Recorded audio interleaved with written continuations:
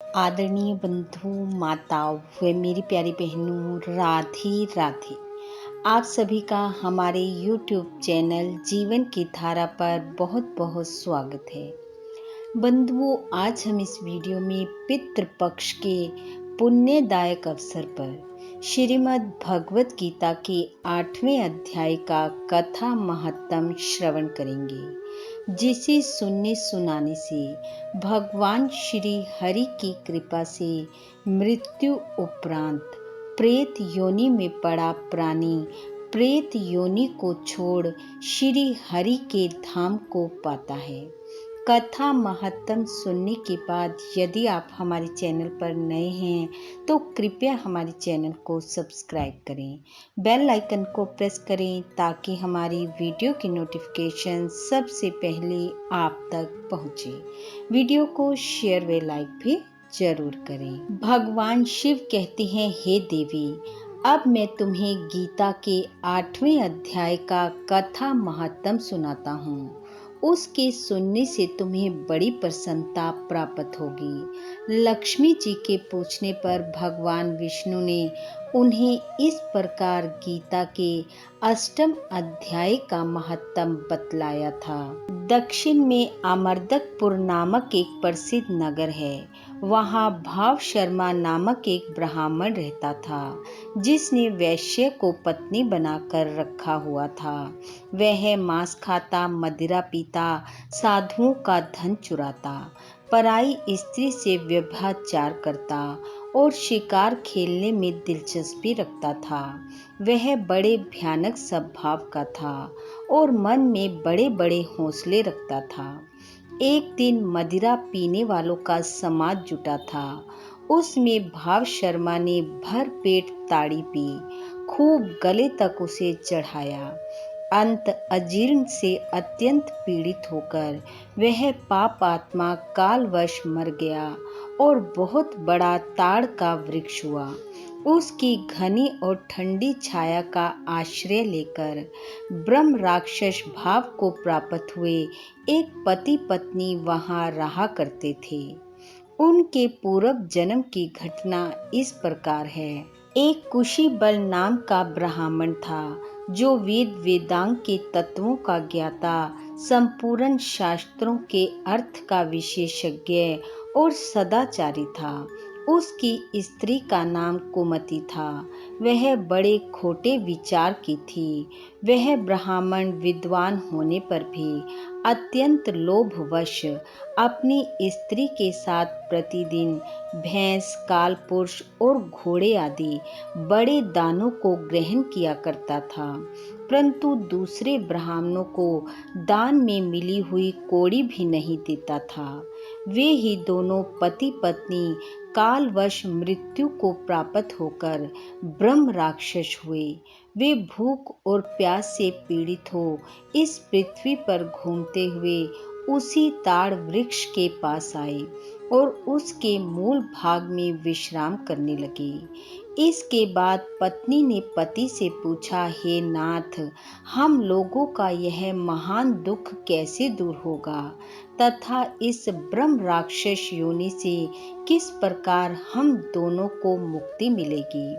तब उस ब्राह्मण ने कहा, ब्रह्म विद्या के उपदेश, अध्यात्म तत्व के विचार और कर्म विधि के ज्ञान बिना किस प्रकार संकट से छुटकारा मिल सकता है। यह सुनकर पत्नी ने पूछा, किम तद ब्रह्म, किम अध्यात्म, किम कर्म पुरुषोत्तम। अर्थात, हे पुरुषोत्तम, वह ब्रह्म क्या है, अध्यात्म क्या है और कर्म कौन सा है। उसकी पत्नी के इतना कहते ही जो आश्चर्य की घटना घटित हुई उसको सुनो। उपर्युक्त वाक्य गीता के 8वें अध्याय का आधा श्लोक था। उसके श्रवण से वह वृक्ष उस समय ताड़ के रूप को त्याग कर भाव शर्मा नामक ब्राह्मण हो गया। तत्काल ज्ञान होने से विशुद्ध चित्त होकर वह पाप के चोले से मुक्त हो गया तथा उस आधे श्लोक के ही महत्तम से वे पति पत्नी भी मुक्त हो गए। उनके मुख से द्वैत ही 8वें अध्याय का आधा श्लोक निकल पड़ा था। तदंतर आकाश से एक दिव्य विमान आया और वे दोनों पति पत्नी उस विमान पर आरूढ़ होकर स्वर्ग लोक को चले गए। वहां का यह सारा वृतांत अत्यंत आश्चर्यजनक था। उसके बाद उस बुद्धिमान ब्राह्मण भाव शर्मा ने आदर पूर्वक उस आधे श्लोक को लिखा और देव देव जनार्दन की आराधना करने की इच्छा से वह मुक्तिदायिनी काशीपुरी में चला गया। वहां उस उदार बुद्धि वाले ब्राह्मण ने भारी तपस्या आरंभ की।